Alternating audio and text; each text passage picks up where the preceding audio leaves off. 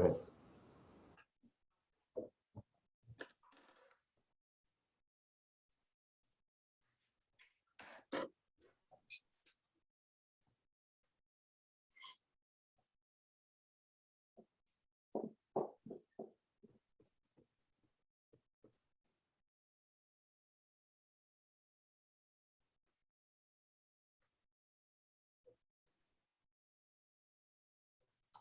Good evening, ladies and gentlemen. I want to thank you very much for joining us tonight. I do want to say we just started this webinar, so I'm going to allow a few minutes here for people to join. So we'll get started in a couple of minutes, but everyone be comfortable. You can see us. We cannot see you, but we'll let all the attendees get loaded up. Jasper, you're hosting as well. Can you promote Ted Loudett to a panelist as well? I just saw him in the attendees list. Folks, we'll be back in just 1 minute to get going.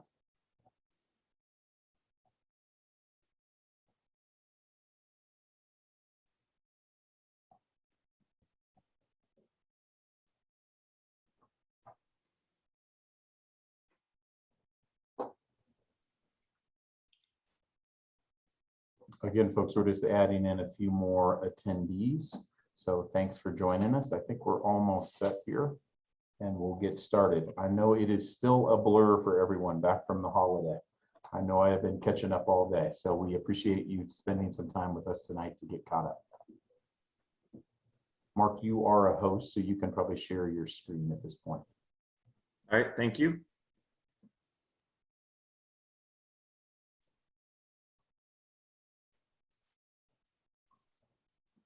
All right, folks, I think we've got most of the attendees in right now. My name is Marcus Pochner. I'll serve as the host tonight for this monthly meeting.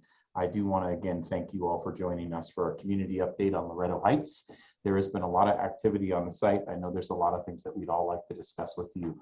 I will say I'd like to thank Mark Lukevich for this idea that we needed to continue and want to continue monthly meetings about this topic. I think so many of us, and I recognize so many of the names that are here as attendees, have spent a lot of time talking about this over the last 2 or 3 years and probably know this site plan and a lot of the construction elements. But there's a lot of the folks in the community do not know all of those elements, maybe didn't follow it as closely or know some of the schedule. So we sure want to go over some of those details. So we've invited a couple of special guests with us tonight. You'll hear from later. We have some experts on the theater. We have the director of arts and venues with us tonight. We have a number of great people that can really give us some background information on the construction and on the theater and kind of the timeline involved in moving this project forward. But we always start, and we should, and we're honored to have Councilman Flynn with us. So Councilman Flynn, if you would like to greet everybody, go right ahead. Thank you, Marcus. Very briefly, I want to welcome everybody and thank you for attending these monthly meetings. Please make it part of your regular habit to come to these and hear what's going on and react to it. I'm very excited about some of the progress we've been making on the theater issue.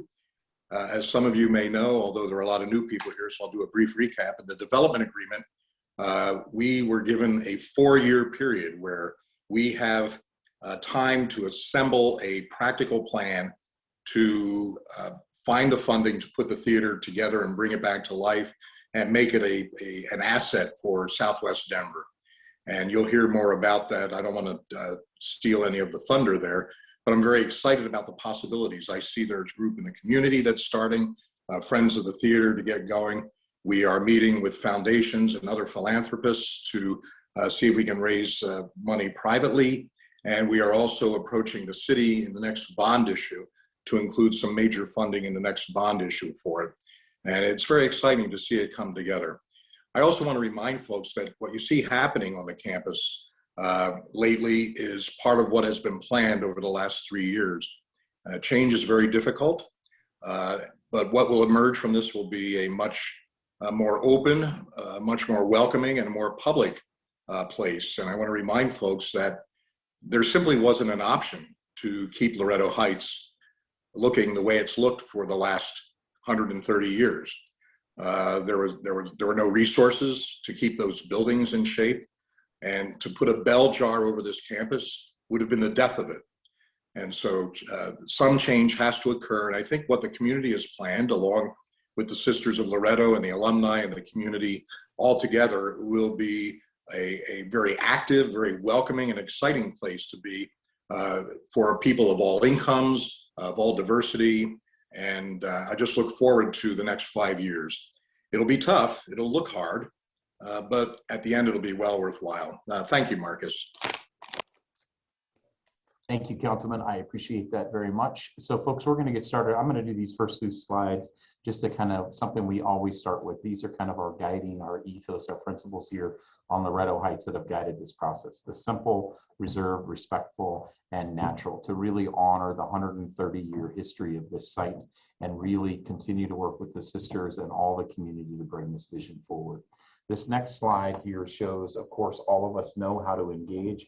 You can just use that Q&A button. You can load up questions at any time.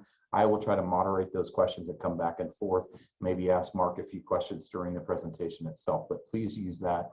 Again, we can't see you, so feel free to use any of that. If we have a small enough crowd at the end, I certainly am happy to promote some people so we can hear your question live, or if there's a follow-up question that is needed.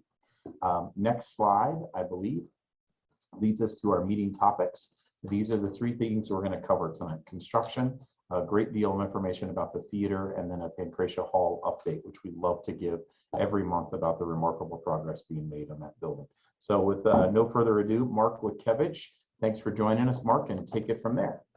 Yeah, absolutely. Well, first and foremost, happy belated 4th of July to everybody, and thank you for taking time out of your schedule today to visit with us and talk about Loretto Heights.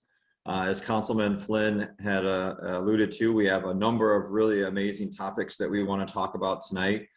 Some very exciting ones, some that are near and dear to a lot of people just because of some of the construction activities out there as well. So we're hoping to go through a few slides here very quickly. And then what we enjoy the most is the open dialogue going back and forth and answering any questions or expanding upon anything that we talked about tonight in further detail. So we thought tonight we would start with the topic of construction. As many of you know, we have started activities on the site. They've been going on for some time now. As you remember, back in April is when we started the demolition of Walsh and Marion Hall. And Jim Hartman's going to talk a little more about Pancratia Hall later, and he started his activities back in October. But more recently, you're seeing some noticeable changes. And as Councilman Flynn said, change is hard. But you know what we are bringing forward to the community is the community vision. And I know many people have told me that some of the things that you're seeing right now are hard to accept because you know, some of the trees coming down. But in order to get everything that we are seeking in this construction development project, we had to make some changes. What we wanted to do here is just introduce a new team player tonight. His name is Ted Loddick. And I've put on the screen here Ted Loddick's email and phone number. So the role that Ted Loddick plays, he is part of an organization called Silver Bluff Companies. Many of you have heard in prior meetings, you know, that we have a metropolitan district out at Loretto. The district is responsible for installing all of the public infrastructure. The public infrastructure includes the water lines, the sewer lines, the open space construction, the roads, and so forth and so on. The district hires a third-party individual who oversees all of the construction that's happening out there. And I wanted everyone to be introduced to Ted Loddick. Ted's going to talk here for a few minutes. One of the things that we're going to go through is what's happening over the course of the next 3 weeks. And then we'll continue this process as a 3-week look ahead as we do our monthly meetings. So Ted, if you don't mind giving us some updates as far as what you got going on out there today. Good evening, everyone. So I have been involved with this project for the last 26 months. So I do know a lot of what the goal is here, what the vision is here for the community, and for the developer also. So we have been through quite a few iterations of the site plan to make it where it is today and to make it work with the existing conditions and the neighborhood that we have surrounding us. So are starting our general contracting. This is SMH Contractors. They will be doing all their erosion control setup. You will start to see a lot of big, heavy yellow equipment moving in onto the site later this week.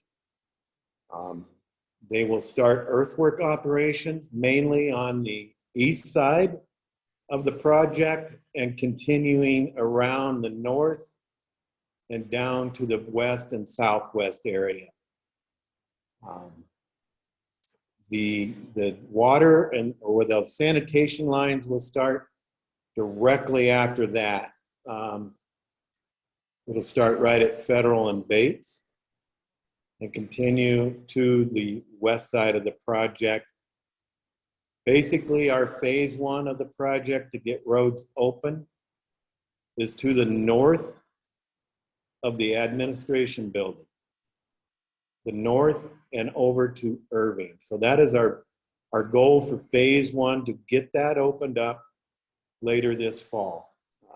That will create access to the new Pancratia endeavor there with Jim, and then the Thrive project to the north. We will continue right on down through the southwest area with our construction activities, and to the south of the admin building on the east side. Those will be our phase 2 and phase 3 operations. Those will continue until winter shutdown, if that does happen. So, like I say, there will be a lot of new equipment moving onto the site here directly within the next few days. Hey, Ted, I've got a quick follow-up question on that. Where will you stage or keep most of the equipment, the larger, heavy construction equipment?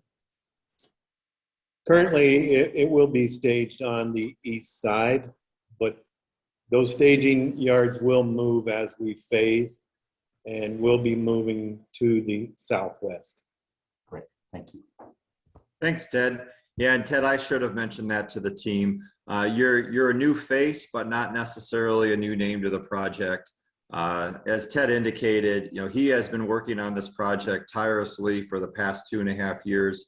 One of the things that we wanted to make sure as we were going through every step of the project, whether it was the community visioning or the IMP or rolling into CDs, we wanted to make sure what it was that the community and or the city was requesting was actually constructible. So thank you, Ted. And Ted has been a very good partner, and maybe some of you have seen him already, but I wanted to make sure that he had a larger role on these community meetings going forward.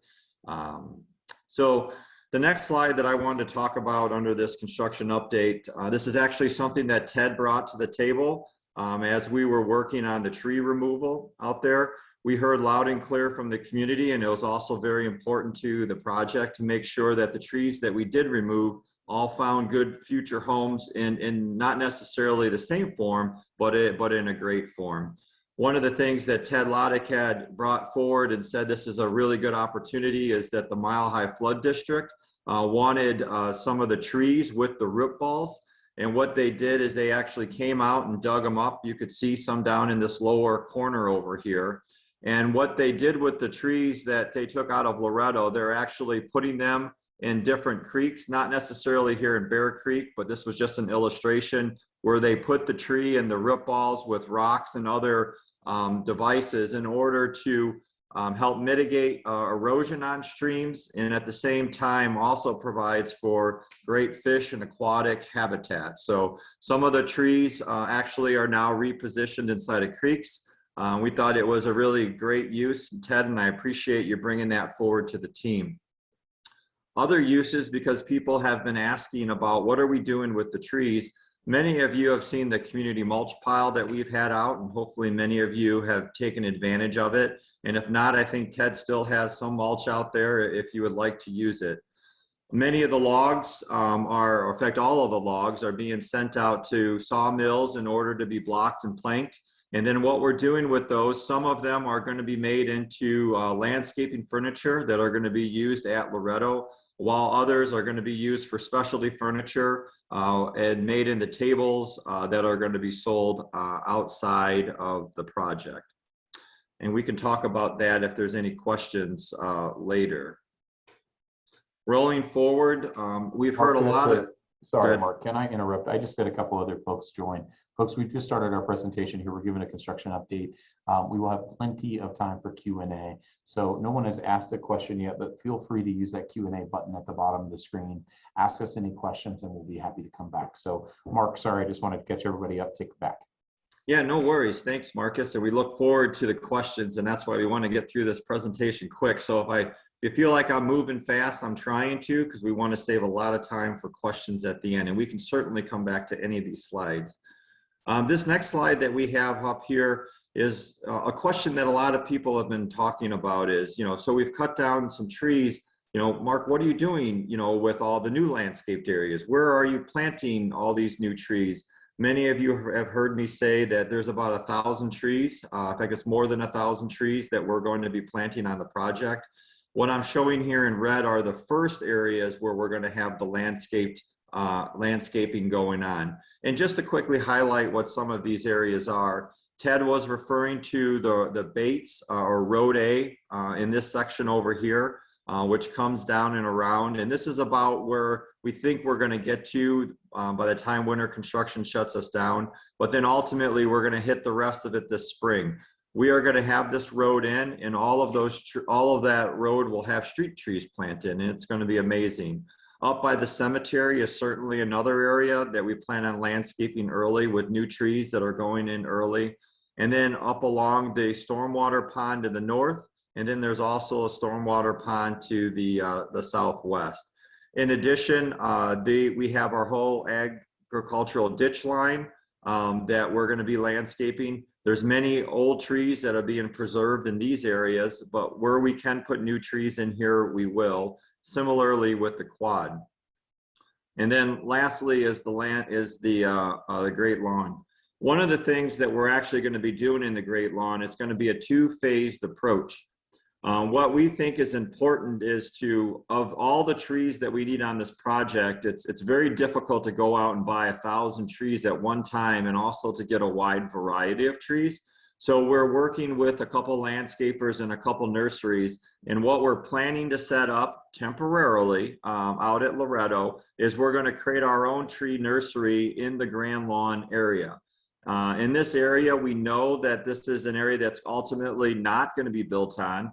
And what we want to do is we want to take advantage of when the different species of trees are available and get them planted on the site. So that way they have an opportunity to get used to the area and also to start growing as we start using these in the first phase, the second phase, and the third phase. And that way we have our own stock on site. So I'm sure that there's going to be some questions about that, but that is what we are planning to do out at Loretto.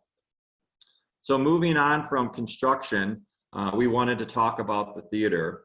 For those of you who haven't written letters, you've heard us say over and over and over again, to send your letters to Mayor Hancock and send them to Shannon Gifford at this email address.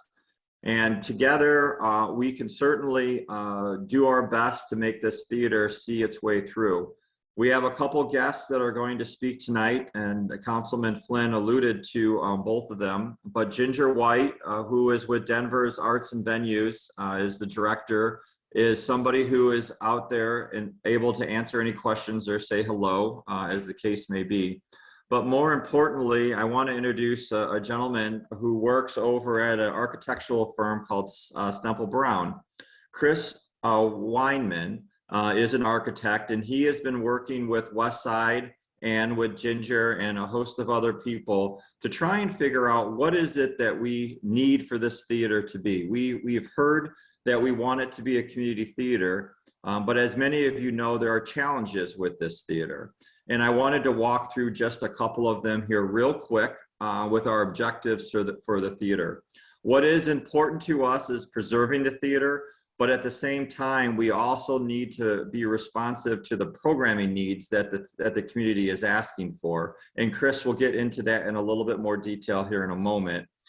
Thirdly, we wanted to respond to the ADA requirements. When the theater was originally constructed in the 1960s, the ADA's requirements codes were just simply not the same as they are today.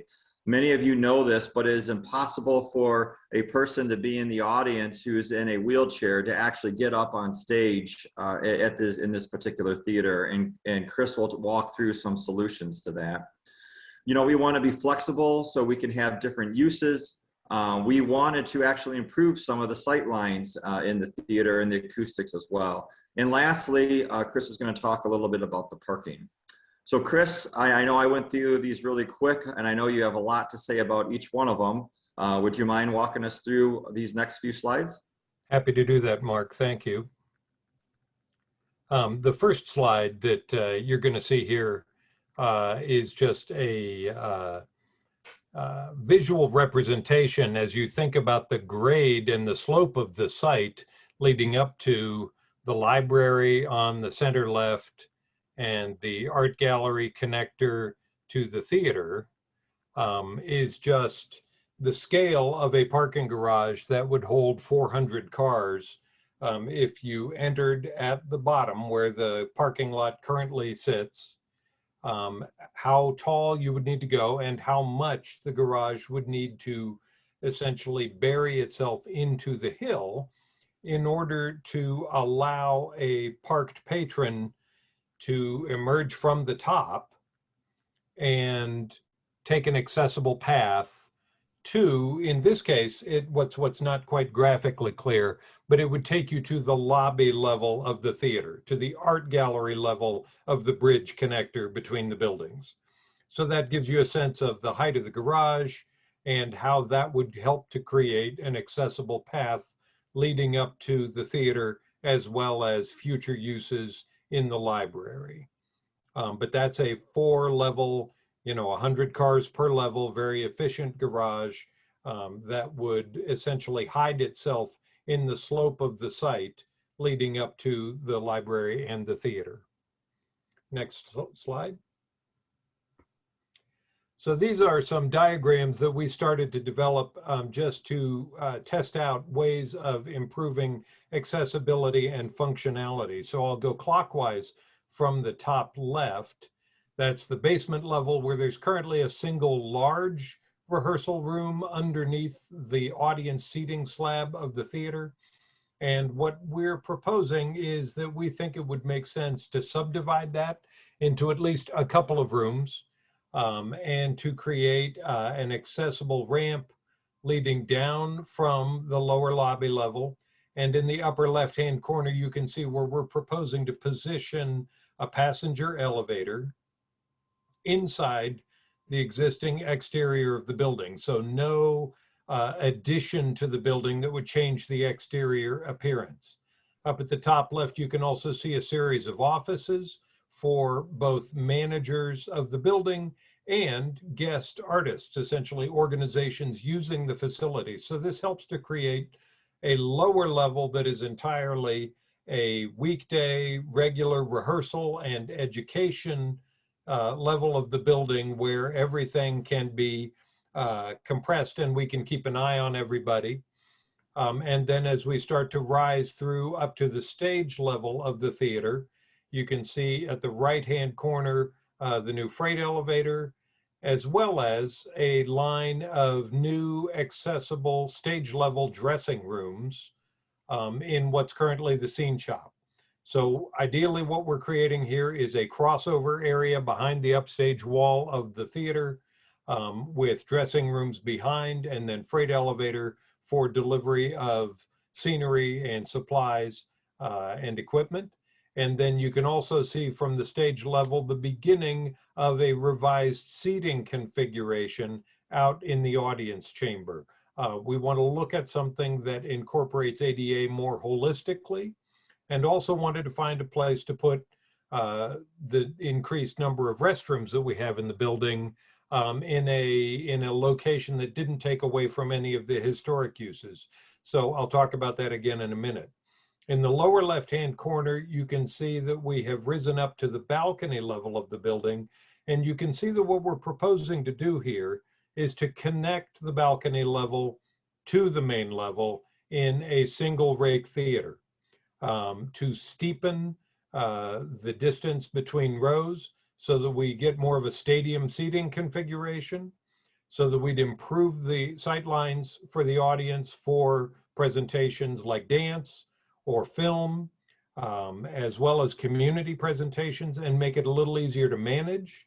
You can also see that we propose to actually split the control booth from the center position, where it occupies some prime seats, and bring down a live mix position at a cross aisle, and then have some control booths up at the upper level in the corners. But the passenger elevator would still reach that balcony upper level.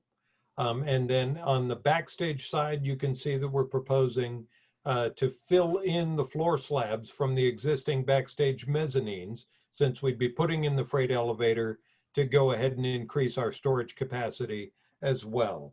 In the lower right-hand corner, this shows a full plan of that, but I think you'll be able to appreciate it a little more easily with some of the subsequent slides. So I think we can go ahead, Mark. So this shows you a three-dimensional view in the upper left of how the new audience configuration would rise from the stage to a cross aisle. We've already got doors in the side walls of the theater. We would actually be raising those doors up to just about the same level as the stage. And then underneath that raised section of seating, we get room for restrooms.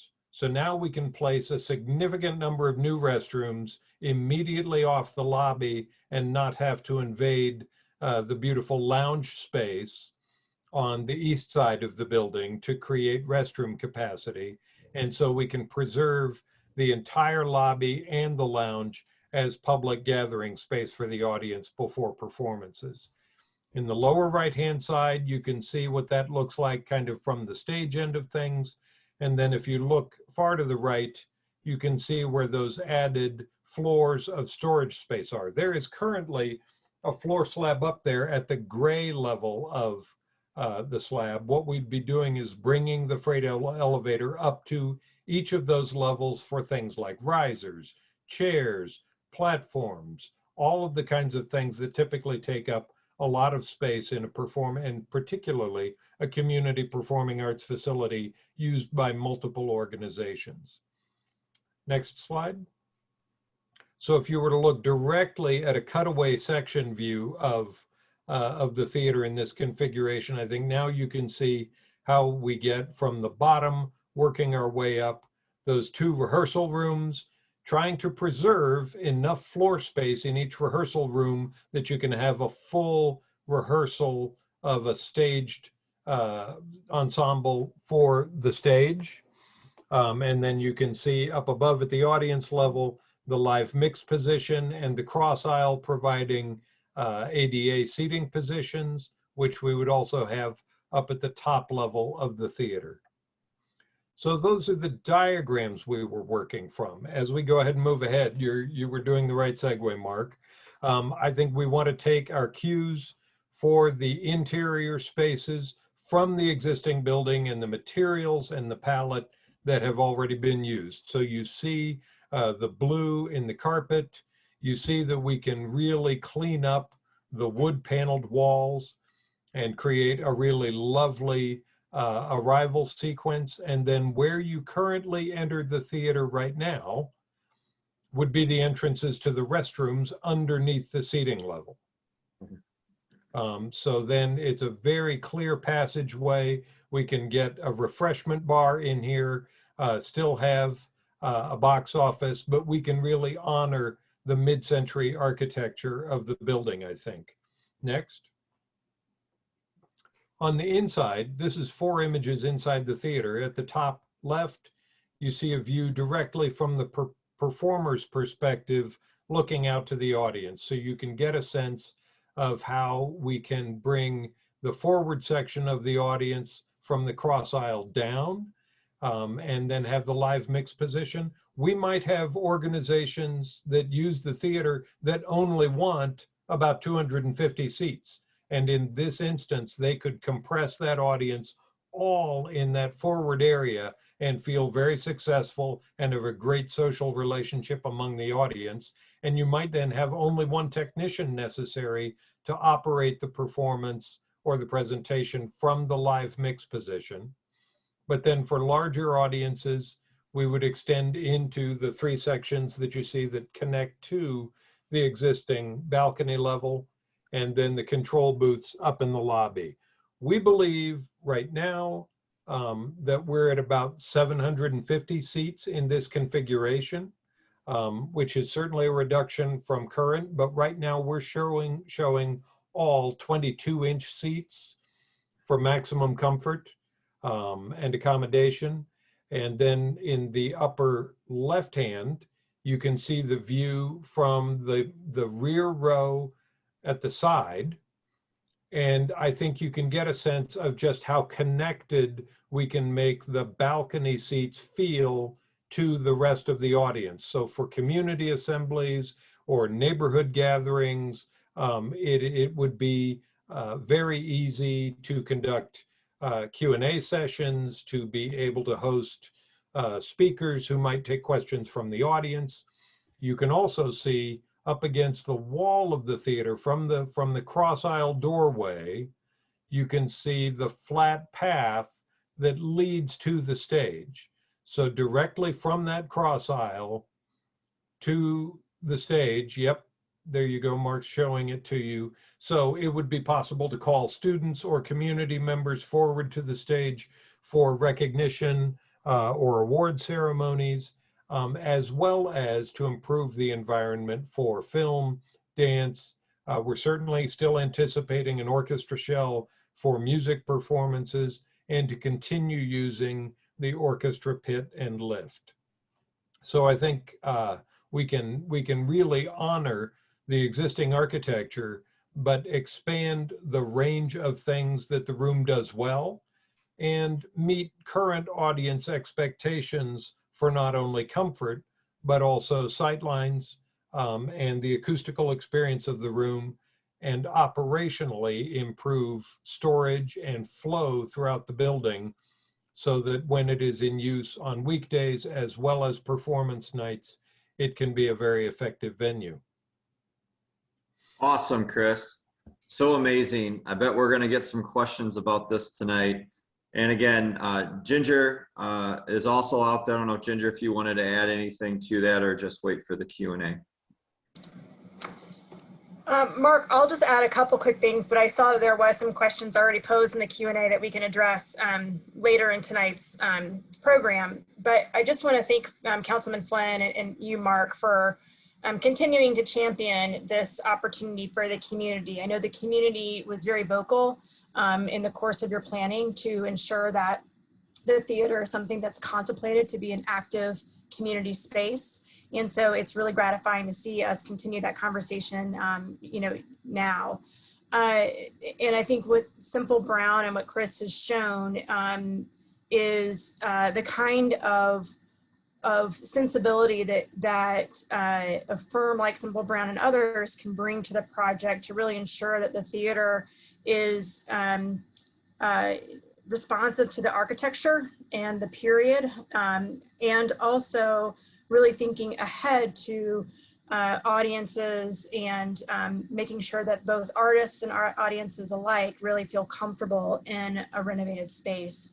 And I'll just end by saying, this is a really unique opportunity for the city and the community to partner to ensure that this theater is restored and can be returned to a very vibrant and active use.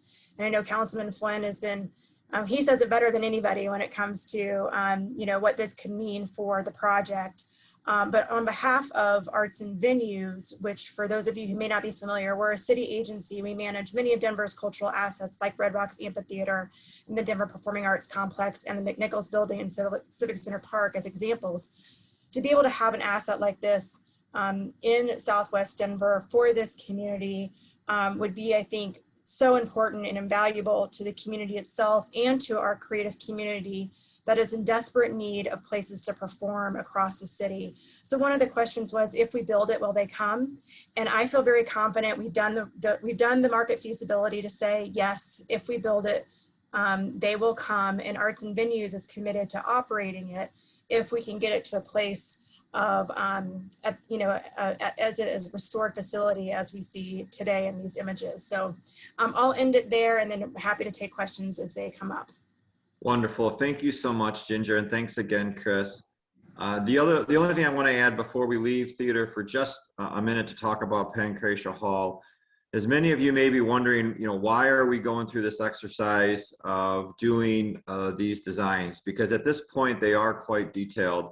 And the reason being is we want to be assured that we know exactly what we're stepping into as a partnership with the community and with the city and West Side. How are we going to make this thing happen? We need to know what actual costs are. And we're working with contractors as well in order to confirm that if we can raise the money, and we believe it's going to be about $40 million, I'm sorry, that we have the opportunity to actually get it done for that price tag. So I'm sure there'll be questions, and we'll talk about it here in just a few minutes. So next, I'd like to bring up Mr. Hartman and his amazing ongoing tasks that he's doing with Pancratia Hall. So Jim, if you're out there, what do we got going on here? Well, a few things. Thanks for giving us another opportunity to update Mark and everybody. On the left, you can see the ornamental spires that have been added back to the main facade on Pancratia. Some of you may remember last month's update. We showed and talked about the cross that was installed in the very end. Yep, right there. So now with the reinstallation of all 6 of these original spires, and that's the key folks that have been doing that work. BRS on the left, Building Restoration Specialties, a really great masonry contractor. And then our Chief Project Superintendent, Brookston from ICOTA. They've all been doing a great job to restore the masonry and the details of Pancratia. And in the middle, that was an alumni tour that Mark led one day. Mark, you want to talk a little bit about that? I'd love to. As many of you know, Councilman Clark's mom, Mrs. Clark, was a graduate of Loretto Heights in the 1960s. She reached out to me with a number of alumni from the 1960s who wanted to tour the site. This is only about a third of them. They were so excited and anxious to explore around Pancratia Hall and see their old dorm rooms. It was very difficult to actually keep them together to get a picture in the facility, but we had a marvelous time, and much fun was had by all. The most important thing everybody wanted to do when they were going through Pancratia, besides be in awe, was to see their old room and what their room is becoming as Jim and his team is completely making Pancratia Hall into an absolutely amazing affordable housing project. Next slide. Thank you, Mark. Yeah, and these don't really do much justice to the finished product, but the slide on the left is of the old archways that have been restored. You can see at the top of the blue paint on the walls where the ceiling used to be, and they used to cut off all those wonderful ornamental arches. So now the arches will be completely revealed again. And then in the middle, you can see kind of all the guts, the middle slide, all the wires and pipes and ducts that are required to turn a 1930 building into a 2021 building. And then on the right, we've got a few units that have cabinets and flooring and all the other FF&E fixtures starting.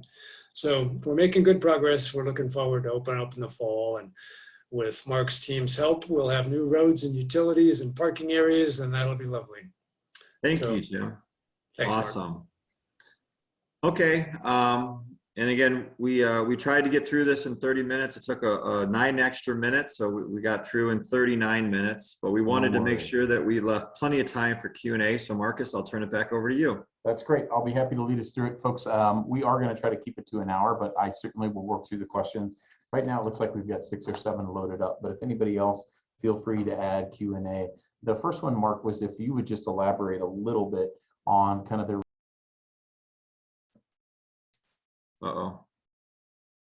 Marcus, I don't hear you. I am so sorry that happened. I did it myself. I didn't hit the question button. I hit the mute button. So Mark, the first question was actually for you. If you could elaborate just a little bit on the use of the trees. So the flood issue, I just want to be sure that's an example of where we're using them off-site on other structures with mile-high flood control. They contacted us or worked through Ted Loudwick about using the trees and their root base, their root ball, for some of these streamway improvements. Is that right, Mark? And then a lot of the other items, the furniture will actually be used in the open spaces on Loretto Heights. Yep, two types of furniture. It's a great question.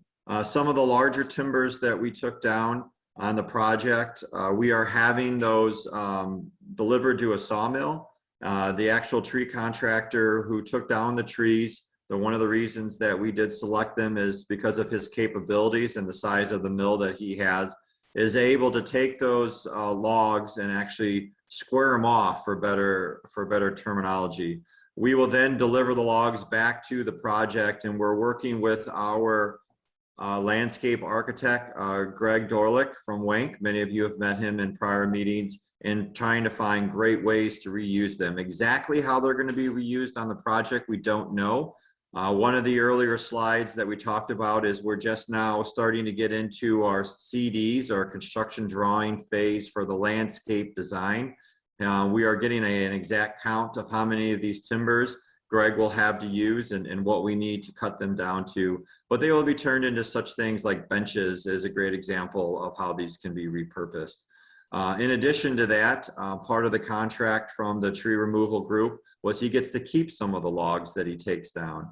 And he uses those logs and he makes furniture. He cuts them down and then he puts them in a kiln where they're properly dried in a controlled environment. And then he actually himself repurposes them into different furniture items then that he sells separately from us.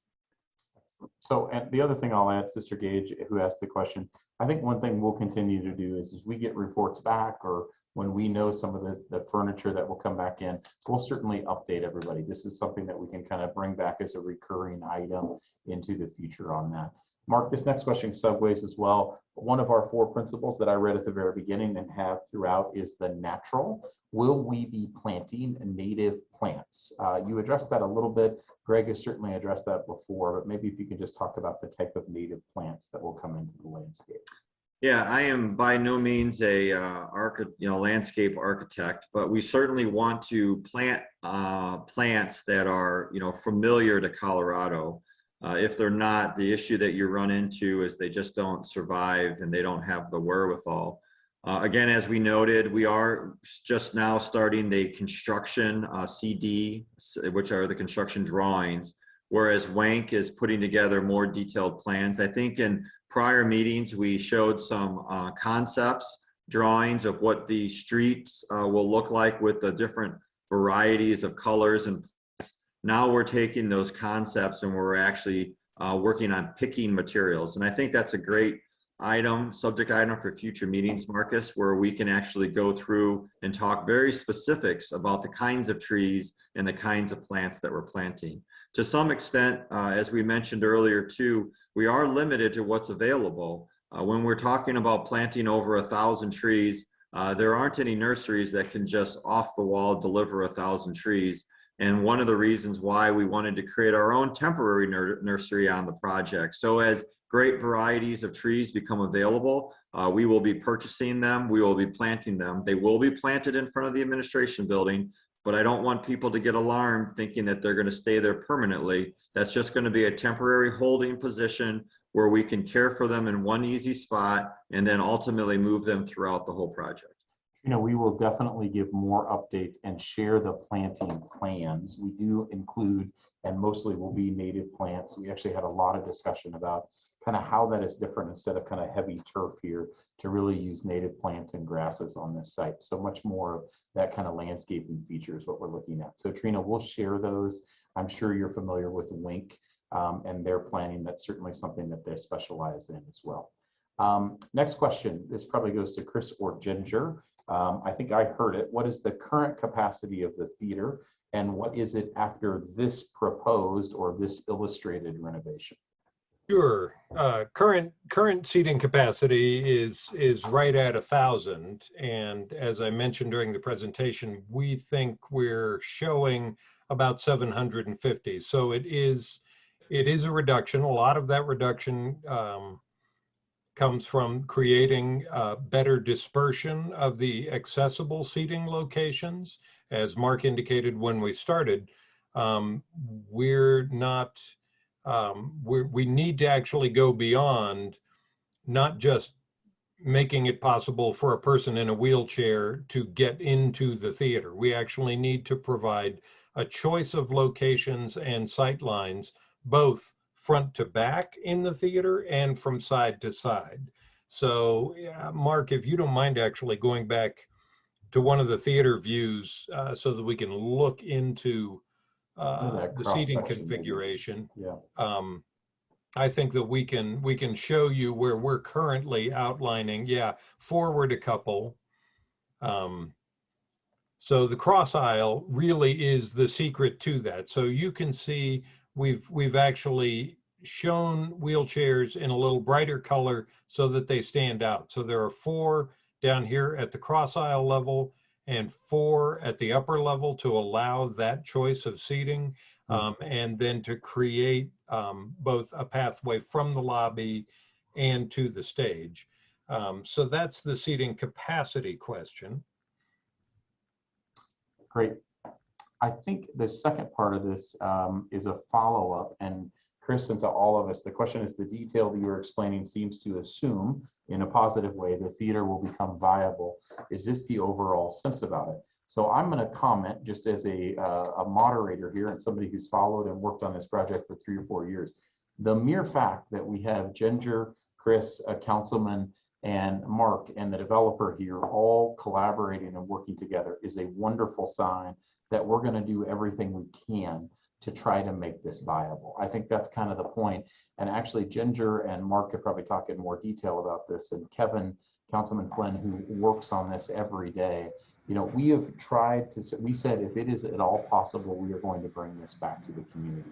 And what I think we envisioned here is that we thought we probably had to have this kind of detail. Somebody like Chris, who has a remarkable resume working on theaters in Denver, to show you what this could be, how it could come back to life. And that would really make council, the mayor, and others try to move this forward. So Mark, Ginger, Councilman, is that fair? I mean, we're doing everything we can to kind of keep this in front of everybody.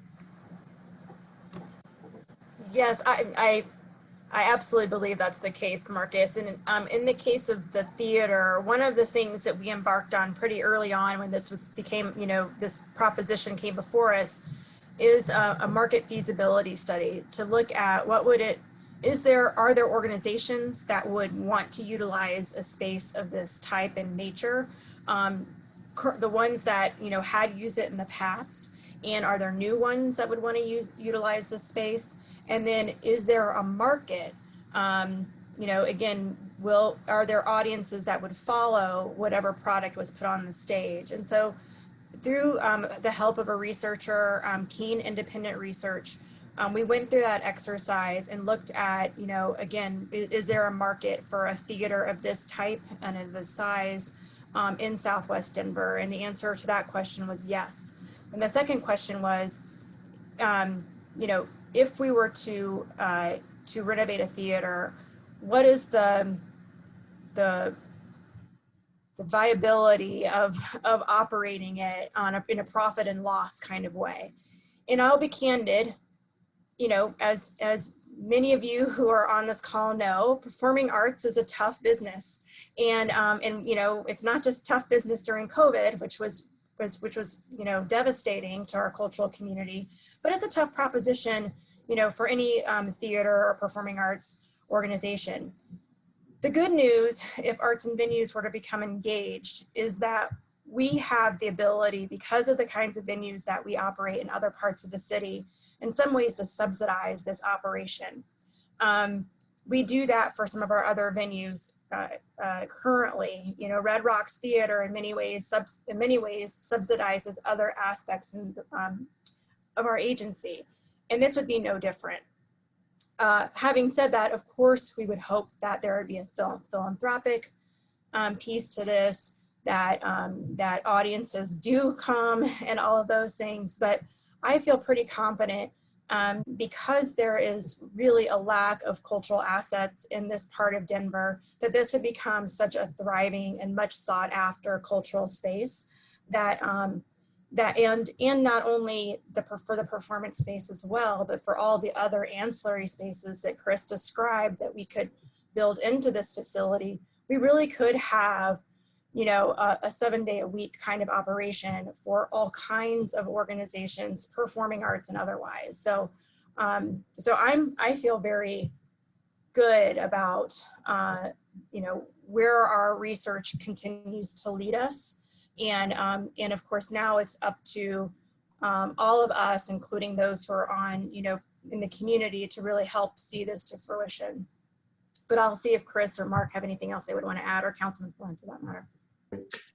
Yeah, I'd like to add, first adopt by reference everything that Ginger just said, and maybe build on that a little bit in the converse. And that is to point out that in the city's portfolio of venues, there is very little that is actually accessible to small groups in the way that this would be hosted right here in the city, and accessible in an underserved part of the city, where one does not have to travel downtown, incur a lot of traffic, parking fees, etc. It would really open up the performing arts to audiences that right now have a difficult time gaining access to them, either as spectators or, more importantly, as performers. And so this is, I believe this is the ideal project at the ideal time, when we have a potential bond issue coming up. We have the groundwork in place. As Ginger said, we hired Keen Independent 2 years ago to produce a study that many of you did see. We have a grassroots group in Harvey Park that's getting underway to organize Friends of the Theater, to advocate for this being restored and brought back to life. And we've brought on a fundraising consultant to work with us to try to raise the private side money that would augment or supplement the potential bond money that we're asking for from the city. So we're keeping our fingers crossed that this comes through. Thank you, Ginger. Yep. And Marcus, if I can, just one other thing, and I know we talked about this, you know, for a while, but this is very, very important. The one thing, again, I will echo everything Ginger said and Councilman Flynn, but the one element that I have been beating on the hardest, and I want to make sure everybody is with us, is that there's only one way that this happens. And this only happens when we have what I will call a public, thank you, Ginger and Councilman Flynn, private, you know, which is West Side, and community all lifting together. That is the only way that this is going to happen. Everybody is going to have to continue to lift, and we all lift together. And the way that community helps is, you know, we are going to need people to start volunteering soon, you know, for different elements of things that we're working on. We've asked time and time again for people to reach out to Councilman Flynn and the mayor, to write your letters, to tell them how important it is. Those letters are being received, and Shannon Gifford, I'm sorry, has received lots and lots of letters, but we don't have enough. So keep writing, keep calling, keep telling your people that they need to tell everybody how important this theater is. Yeah, I'll just say, I was talking to somebody who's on the committee the other day, and they said that at every meeting thus far, the only universal project that has been brought up has been this theater. So congrats to everybody, but it has to continue. Mark is absolutely right. So we have that slide up. Mark, you might just put that up again with Shannon's email. And actually, Jasper, if you don't mind just using the chat and giving everybody that email for Shannon Gifford would be terrific. Okay, folks, we're at 6:54, so I'm going to do some rapid questions here and rapid answers. Sister Gage, it's a fine question you asked about when the furniture, Mark, the private side furniture, when that is available. Is there a way we could let this group and other friends know maybe they would be able to buy some of that furniture? There's a lot of memories and so forth. So sure. Mark, if we could work with the MILF, that would be wonderful. If we could say we may have a lot of buyers built in here to the community. Sure. I think another thing, a specific question, are there additional trees, Mark, on site that will be coming down now or in future phases? Yeah, it's a great question. Generally speaking, I think I don't want to say all the trees are down, because undoubtedly there'll be one more that comes down, and I don't want anybody to say that I misrepresented you. But I would say that a vast majority of them are down, and if there are a couple that maybe are not down, and the reason being is that we think we can save them. You know, whether or not we're trying to tweak a sidewalk or tweak other parts of the project, we are trying to work around every area that we can to save trees. Great. There were just a number of comments. People are so excited about this theater and everything that's coming. And a lot of comments about how wonderful it is. People would like to take their great-grandchildren there. I think so many of us have such fond memories of this theater. We know what it represents for this area. And I will say, from the very first meeting we had on this project, this is the very first thing we spoke about. So it's pretty amazing to come back to it and kind of keep that going. There is a discussion going on about the Friends of the Theater group. That is a Harvey Park grassroots organization that kind of came up. I think Councilman Flynn, you are communicating here to the group that there is a way. Is that right? That there's a way that we'll be able to get some names out there if people want to join the Friends of the Theater organization. Is that fair? Yes. We can share that? Yes, I don't see them on here at the moment, but I will get in touch with them. I just replied to Sister Mary Nell. My wife and I are actually out here in Southern California visiting grandkids this week. When I get back next week, I'll share that information with Sister Mary Nell and the rest of the community. Excellent. Just so you all know, this is our modern meeting technology. Mark is on the East Coast, Kevin's on the West Coast, and we're right here. So there we go. We're all together. So Mark, a question specifically, have the bonds been issued by the Metro District, or have any bonds been issued? Yeah, great question. We are happy to report that the Metro District did successfully price and close on bonds. One of the luxuries that we do have with the pricing and the compression and yield allowed for a little bit more project funding. And what we're able to do with that is put it into open spaces and some of the other community spaces, you know, in order to do just a little bit more than what we were planning to do before through the Metropolitan District. So that is wonderful news. And the only way that we're able to get all the infrastructure in and the open spaces built is because of the Metropolitan District that we have out there. And yes, Marcus, those bonds have been issued. The district is fully funded, and we can do everything that we said that the district was going to do. Perfect. If you could show that cross section. Chris, would one of the rooms in the basement be able to accommodate a full orchestra? Or what are your thoughts on kind of orchestra seating setting?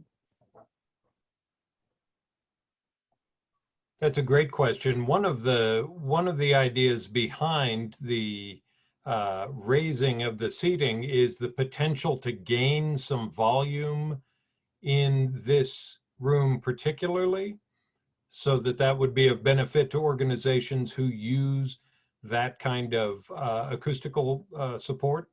Right now, we're working with our structural engineers to talk exactly about where this wall ought to be. So I can't exactly say which room would be best in terms of floor area right now for a larger music ensemble, but I certainly anticipate that would be possible.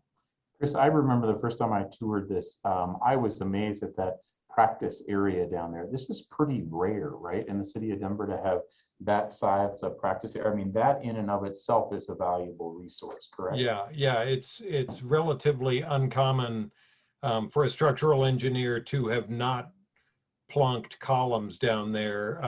You know, we're probably looking at needing to introduce some of those to help support this cross aisle and the increased rake of the seating, but we want to do it creatively so that we create some really good rehearsal spaces that are very functional for the building. Great. I'm going to read this question so I state it correctly because it's a good one. A gentleman asked, given the proposed theater enhancements that we're showing here tonight, will it create an overall fairly state-of-the-art and flexible venue that could border on world-class capabilities, such that it would be a natural draw or pull for the producers to come to it without having Denver to try to sell it to that audience? I think it's probably a combination of those things, right? But what do you think about kind of what you're proposing here, this initial concept? Well, certainly we try to think all the time about making the facility attractive both to audience members so that they don't make excuses for why I don't want to go back there again. And the restrooms and the accessibility are key to that. But we want to think just as much about the back of house considerations for the producers or the presenters or the organizations who are part of the Front Range community who simply would like to bring something to the Southwest audience. And so we want to make it easy to load in.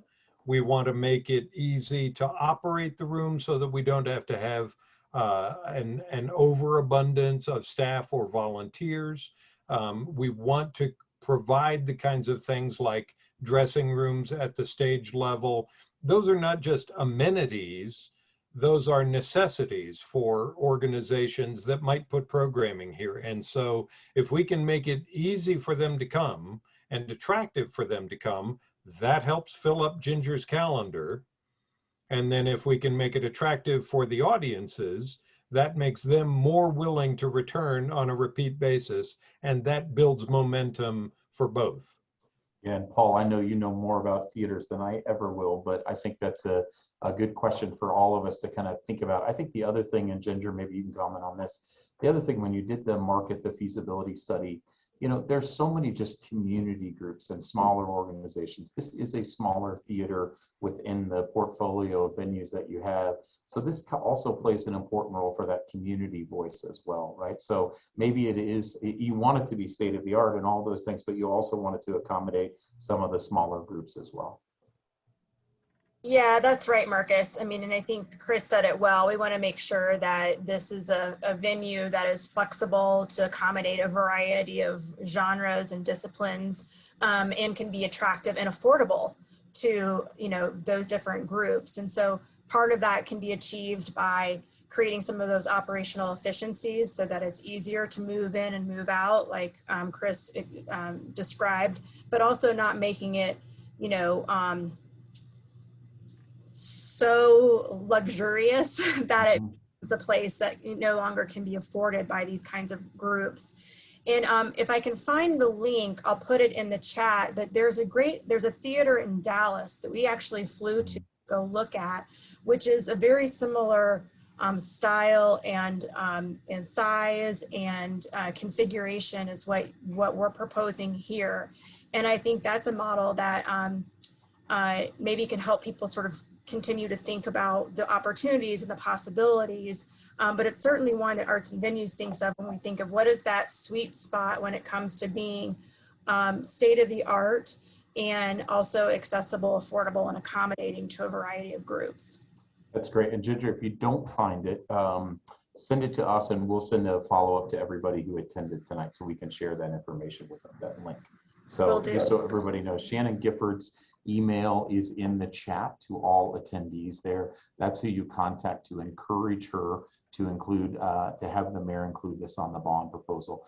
Mark, I know it's 7:03. There's a couple of, a tough question, and then we're going to come back with one more. Yep. So we have two more questions, folks. There was a question about, Mark, how many more trees, let me just read this a little better here. How many trees did the city forester recommend should be cut down and how many were actually cut down?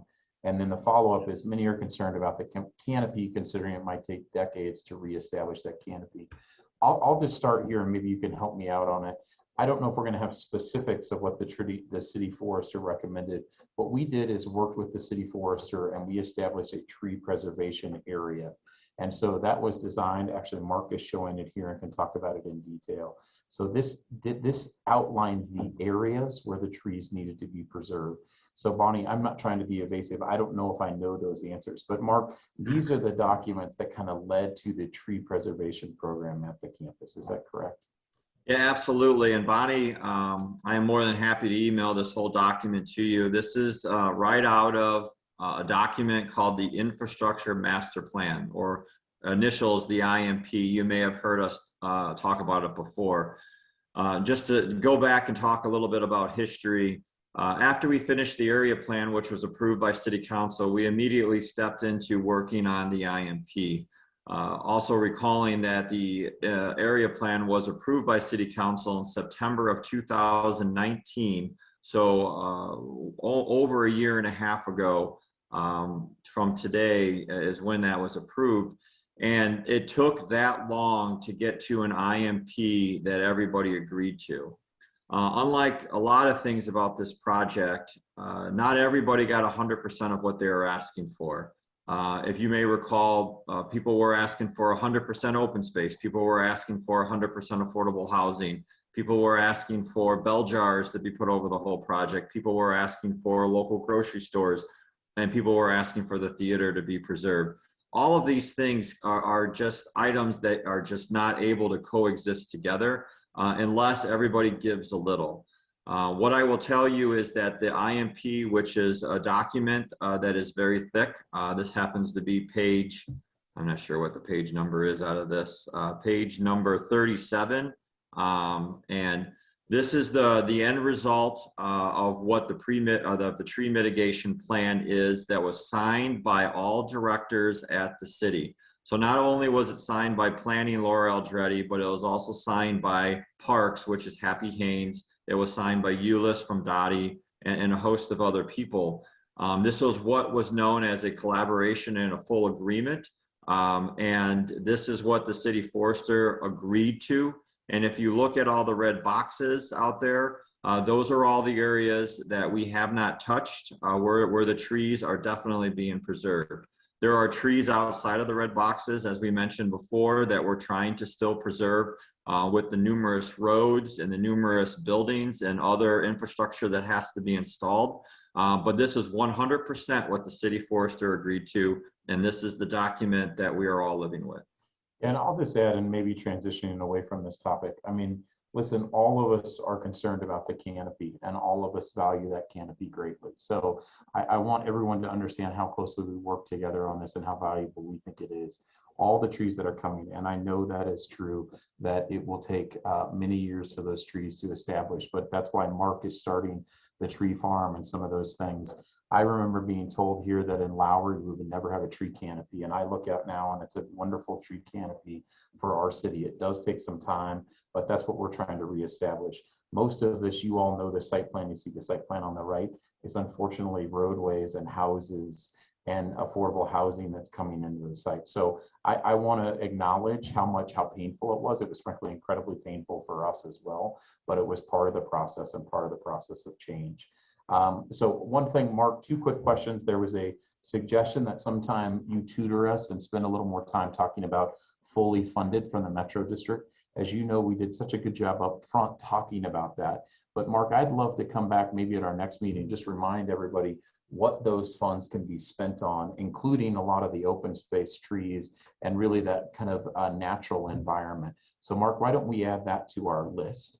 And then a quick hitter, do you know when the power lines near Dartmouth and Irving intersection will be undergrounded? Dartmouth and Irving intersection will be underground. The power lines, when will they be undergrounded? The ones that are on my property will be taking out later this year. If it's off of my property, I'm not sure that I can answer that question. Okay, Ray, we'll get back to you on that. We do know that we're going to cut off power to Dartmouth Heights for about 3 months. No, I'm kidding. That's a terrible joke. So Ray, we'll come back. We'll have Ted update us later on that timing for the Dartmouth and Irving intersection. So folks, go ahead. Marcus, just real quick, and we will definitely talk more about the Metro District. We'll certainly bring that back at the next community meeting. But I want to just answer it at a very, very high level. Sure. The Metro District can only pay for something that is a public improvement. So they can pay for water lines, sewer lines, roads, improvements that are going into public spaces that are open spaces. The Metro District does not purchase land. The Metro District does not, do anything on the private side of the sector. So only that qualifies as a public improvement.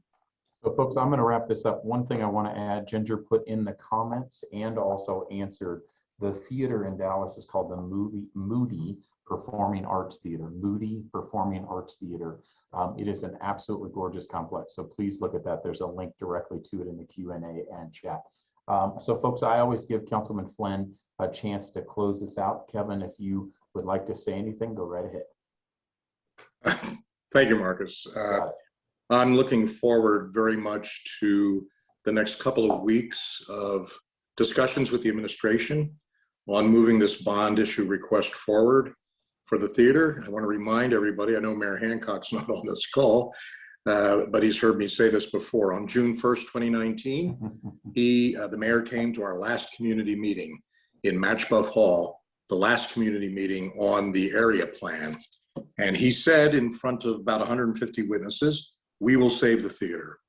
And so I've reminded the administration that COVID really put us in a terrible box, especially with arts and venues. Ginger, your agency absolutely was devastated by COVID.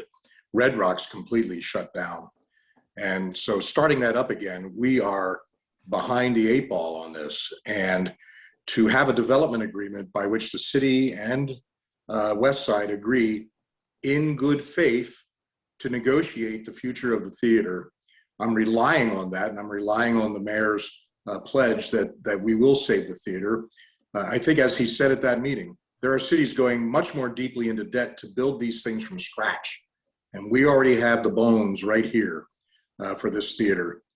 As many of you may know, those who don't, I'll be telling you, that the development agreement prohibits the demolition of that building. That building wants to be a theater. If we cannot succeed in making this a theater, my heart will break, because the last thing I want to see that building become is a collection of condos. It doesn't want to be anything but a theater, and we need to do our utmost to make sure that it is a theater. And I don't know if you take this as a threat or as a promise, but I've told people that I pledge to perform in the first play that is staged in the theater. Many of you know I was in theater from the age of 10. And so I will revive my theatrical career just for this. So I'll take pledges based on it. You can, whoever pledges more for me not to do that, I'll do that. If you pledge for me to do that, I'll do it. So thank you. Absolutely. There's a reason we go back to the councilman. That's a great pledge for all of us. So I'm just going to probably wrap it up. It's so nice to have Ginger, the Director of Arts and Venues, with us, and Chris Weinman to share this vision. Again, I think we're just trying to share and continue to move forward this vision so everybody can reach out to the mayor's office and encourage us to go forward. So Mark, I know you're out on the East Coast. Thanks for joining us. I will say, anybody has any follow-up questions, please contact Mark or I about the trees. Any question you want to go through, we'd be happy to meet with you and really go through it in more detail. So with that, everybody, thank you very much for joining us. Have a great night and enjoy the rest of your evening. Bye-bye.